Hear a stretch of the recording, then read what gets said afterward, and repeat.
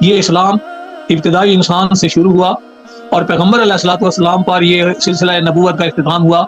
اللہ کا دین مکمل ہو گیا ہے. الیوم اکملت لکم دینکم کا اعلان کر دیا گیا ہے کہ اللہ کا دین آج کے دن، یعنی یہ آخری خطبے میں حضور اکرم صلی اللہ علیہ وسلم پر جو آیت آخری اتری ہے وہ یہی کہ ہے میرے پیغمبر ہم نے آپ پر آج کے دن دین اسلام کی تکمیل کر دی ہے.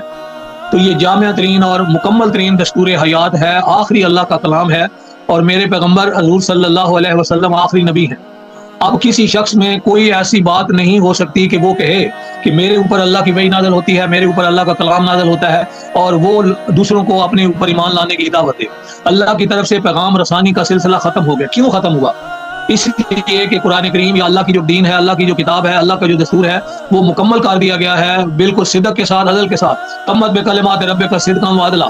اب اس کی موجودگی میں کسی اور کے ساتھ کوئی اور چیز منسلک نہیں کی جا سکتی.